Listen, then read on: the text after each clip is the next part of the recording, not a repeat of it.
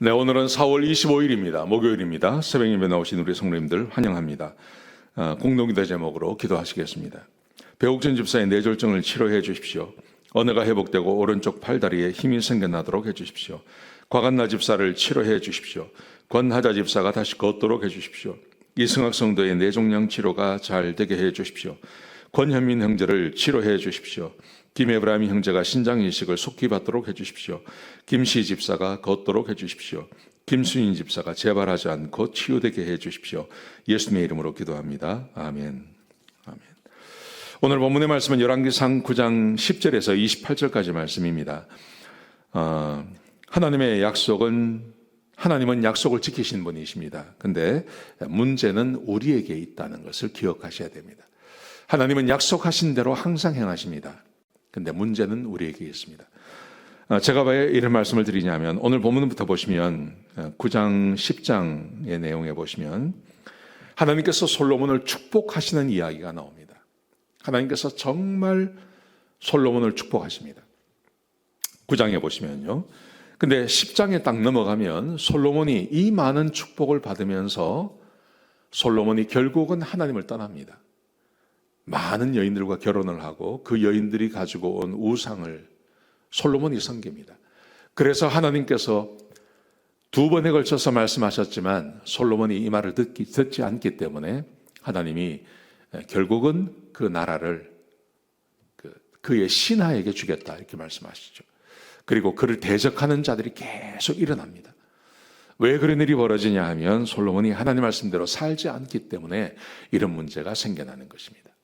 자, 오늘 본문에 보시면 하나님께서 솔로몬을 축복하는 이야기가 나와요. 이것은 하나님께서 솔로몬과 약속하신 대로 그대로 행하시는 것입니다. 자, 어떤 것이냐 한번 보시겠습니다. 첫 번째 보시면요. 9장 10절에서 14절까지 말씀해 보시면 히람이 왕을 위해서 금과 모든 것을 다 제공해 줍니다. 히람 왕이 있었습니다. 이 히람 왕이 다윗을 좋아했어요. 그래서 솔로몬이 다윗의 아들이기 때문에 그를 도와주는 겁니다. 그래서 히람이 솔로몬을 위해서 굉장히 많은 금을 주고 그리고 필요한 모든 것을 다 제공해 줍니다. 그리고 이것을 가지고 성전을 짓고 자기의 왕궁을 지을 수 있었던 것입니다. 히람이 그를 도와주는 겁니다. 여러분, 그런데 히람이 이렇게 도와주는 것이 단순히 다윗 때문에 도와주는 게 아니죠.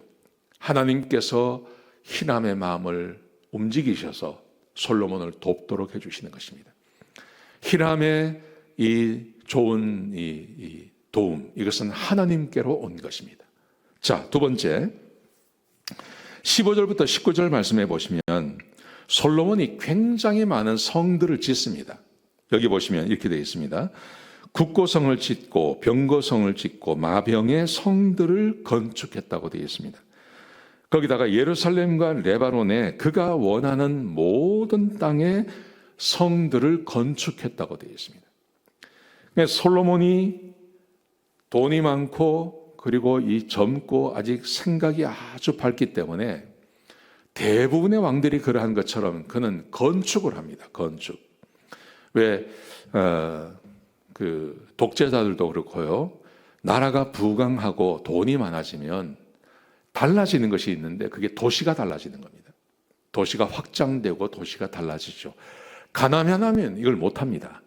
그런데 돈이 있고 하면 그것을 막 해나가죠. 마치 미국의 그 뉴욕이나 아니면 요즘 두바이 같은데요. 얼마나 많은 그 건물들이 생겨나고 도시가 막 확장이 됩니까? 우리 한국도 마찬가지 아니겠습니까? 그런 것처럼 솔로몬도 돈이 있고 힘이 있으니까 자기가 하고 싶었던 그 프로젝트를 다 해나가는데 병거들을 위해서 병거 성들을 짓습니다. 마병들을 위해서는 마병의 성들을 짓습니다. 그리고 국고성을 짓습니다. 예루살렘과 레바논과 하여튼 모든 땅에 굉장히 많은 성들을 막 건축해 나가는데 그 돈이 다 어디서 나왔냐 하면 히람 왕이 이것을 도와줬다는 거예요. 히람 왕이 금을 줘서 그 금을 가지고 했고, 그리고 또 한 가지 중요한 것은 오늘 본문에 보시면 20절과 21절에 보시면요. 헷 사람, 아모리 사람, 브리스 사람, 히위 사람, 여부스 사람, 이 사람들을 데려다가 이 사람들에게 공사를 시키는 그 일을 하는 거예요. 21절에 보시면 이스라엘 자손들은 노예의 역군으로 쓰지 않았다고 되어 있습니다. 그러니까 이런 성들을 만들어 가는데 이스라엘 백성들은 하나도 쓰지 않는 겁니다. 그 사람들에게는 그냥 그 노예를 지키는, 노예를 부리는 그런 계층의 사람들만 사용하고, 그 성을 쌓는 일은 전부 누가 맡냐 하면 여기 나와 있는 대로요. 그 20절에 나와 있는 대로 아모리 사람, 헷 사람, 브리스 사람, 히위 사람, 여부스 사람들을 들어서 쓴 거예요. 여러분, 우리가 성경을 사사기를 봐도 그렇고요.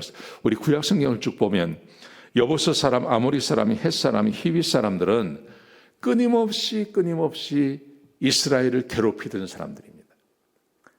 이게 유대 땅에 같이 살고 있거든요. 이 가나안 땅에 같이 살고 있는 족속들인데 이 사람들이 끊임없이 이스라엘을 괴롭히는데 솔로몬 때는 이 사람들을 데려다가 노예처럼 사용하는 겁니다. 어떻게 그럴 수 있었습니까? 하나님께서 약속을 지키시는 거예요.